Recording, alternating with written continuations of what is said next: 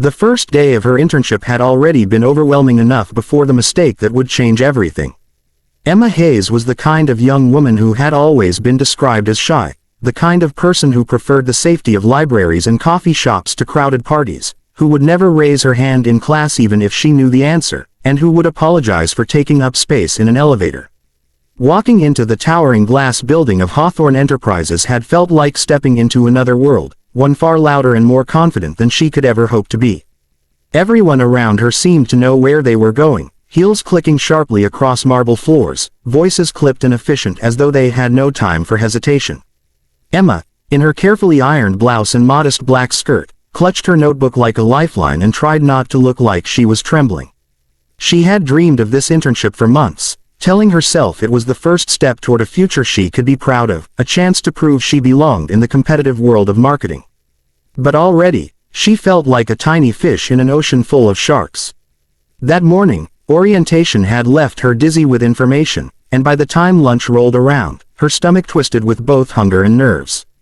The interns had been told they could join the employee dining area on the top floor, a sleek space filled with shining tables and the gentle hum of conversation.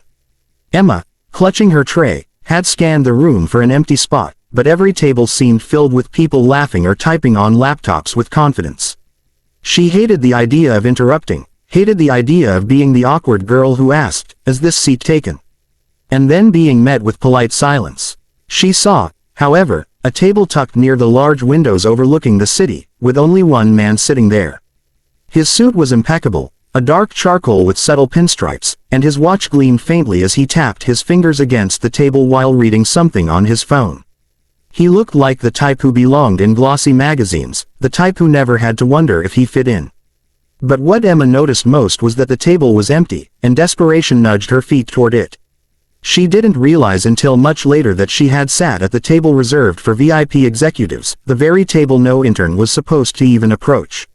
She set down her tray timidly, whispering a small hello. The man looked up briefly, his eyes sharp and unreadable, but he gave the faintest nod before returning to his phone. Taking his non-reaction as permission, Emma slid into the seat across from him, relief washing over her. She took a bite of her sandwich, trying to ignore the weight of silence between them, and then, because her nerves made her babble when she should have been quiet, she sighed out loud. "It's only my first day and I already feel like I don't belong here," she said softly, almost to herself but not quite. The words slipped out before she could stop them. Everyone looks so perfect and important. And then there's this one man, walking around like he owns the place, barking orders at people like they're beneath him. He didn't even thank the receptionist when she helped him earlier. People like that make me nervous. I just hope I don't end up working with someone like him. The man across from her had stilled completely. His phone was lowered onto the table, his fingers no longer tapping. Emma noticed only when she looked up, startled by his silence, that his expression was unreadable, his eyes studying her with a calm intensity that made her cheeks burn. She quickly looked back down at her tray, wishing she could swallow her words along with her sandwich. The air felt heavier now, like she had said something forbidden, but he said nothing, only continued to watch her. Flustered, Emma finished her meal quickly, muttered a hasty thank you for sharing the table, and fled. It wasn't until later that afternoon, when the interns were ushered into the conference hall to meet the CEO of Hawthorne Enterprises, that Emma's heart nearly stopped. As the doors opened and the staff stood in polite applause, the man she had spoken to at lunch walked to the front of the room. His presence seemed to fill the hall effortlessly, his stride confident, his shoulders straight, his voice calm yet commanding as he greeted everyone. "Good afternoon," he said with a faint smile, and the title on the presentation screen behind him confirmed her worst nightmare: Alexander Hawthorne, Chief Executive Officer. Emma's entire body flushed hot and cold all at once. The man she had unknowingly complained about was not only the CEO, he was the one who quite literally owned the building, the business, and the future she had dreamed of being part of. For the rest of the meeting, Emma sat rigidly in her chair, praying he didn't recognize her or, worse, that he wouldn't single her out as the foolish intern who had dared to speak so candidly. But she could feel it, his gaze flickering toward her more than once, and every time their eyes met, she quickly dropped hers, her heart pounding. The days that followed were filled with tension Emma could barely manage. She threw herself into every task assigned to her, working late into the evenings, double-checking every report, and volunteering for errands no one else wanted. Yet no matter what she did, she couldn't shake the memory of her careless words at the VIP table. Each time she saw Alexander in the corridors, his stride purposeful, his voice calm but authoritative, she wondered if he remembered. She wondered if he would one day pull her aside and end her internship early with a cold dismissal. But the dismissal never came. Instead, something stranger happened. During one project presentation, when the interns were nervously sharing their ideas for a new campaign, Alexander himself attended the meeting. He sat quietly, listening to each intern stumble through their rehearsed pitches. When it was Emma's turn, her hands shook slightly as she clicked through the slides she had stayed up all night perfecting. She expected him to be indifferent, or even critical, but when she finished, his eyes lingered on her a moment longer than the others. Then he asked a thoughtful question, not dismissive, not patronizing, but probing, as though he saw more in her idea than she had dared to believe was there. His voice was calm but encouraging, and she realized with shock that he was giving her space to explain herself further. After the meeting, while the others buzzed with relief, Alexander approached her quietly. Her stomach dropped as she braced for some delayed reprimand, but instead he said, "You see things differently. Don't lose that. It's an asset, not a weakness." His words left her stunned, her heart racing for an entirely new reason. From that day forward, she noticed subtle changes. He would ask her opinion in group discussions, sometimes bypassing louder interns to give her the floor. He would challenge her ideas, not cruelly, but in a way that pushed her to defend her thoughts and believe in her own voice. Emma slowly began to realize he hadn't been offended by her comment at lunch, at least, not in the way she had feared.